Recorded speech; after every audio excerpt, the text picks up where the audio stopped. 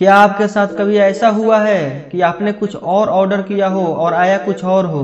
और ऐसा होना आजकल आम बात हो गया है। पर क्या आपको पता है, अमेरिका के एक बंदे ने अमेजोन से एक एलसीडी टीवी ऑर्डर किया और जब उसने बॉक्स खोला तो उसके होश ही उड़ गए। ऐसा नहीं था कि बॉक्स खाली था या उसमें ईंट या पत्थर था, पर उसमें जो था उसे देखकर उसके हाथ और पैर कांपने लगे। दरअसल उसमें से एक मिलिट्री गन असॉल्ट राइफल निकली, जिसके बाद उस बंदे ने पुलिस को फोन किया और पुलिस ने उस राइफल को जब्त कर लिया।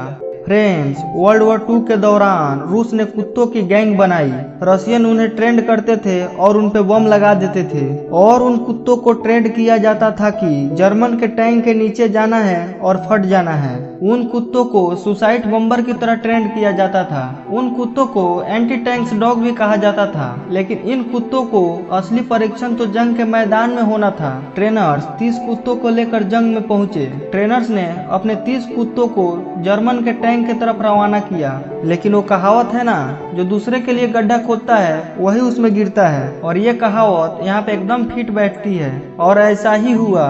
दरअसल हुआ ये, वो कुत्ते चलते हुए टैंक की आवाज सुनकर डर गए और वापस अपने ट्रेनर्स की ओर दौड़ने लगे और अपने ही ट्रेनर्स को धमाके से उड़ाना शुरू कर दिया, जिसे देखकर रशियन ने अपने तरफ आते कुत्तों को दूर से ही मारना शुरू कर दिया ताकि जो उन पे बम है उससे बच सके, और अपने ही कुत्तों को मार डाला।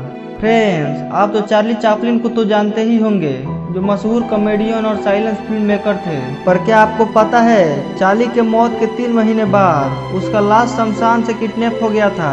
मतलब किसी ने कब्र खोदा और उनके लाश को ले भागा, और उन चोरों ने चार्ली के फैमिली से लाश के बदले $6 लाख की डिमांड किया। चोरों ने उनके लाश को किडनैप करने के बाद शमशान के पास ही मौजूद फोन बूथ से फोन किया, और पुलिस को बिल्कुल भी टाइम नहीं लगा फोन बूथ को ट्रेस करने में, और पुलिस ने कुछ ही देर में उन चोरों को भी पकड़ लिया और चार्ली के लाश को वापस दफना दिया।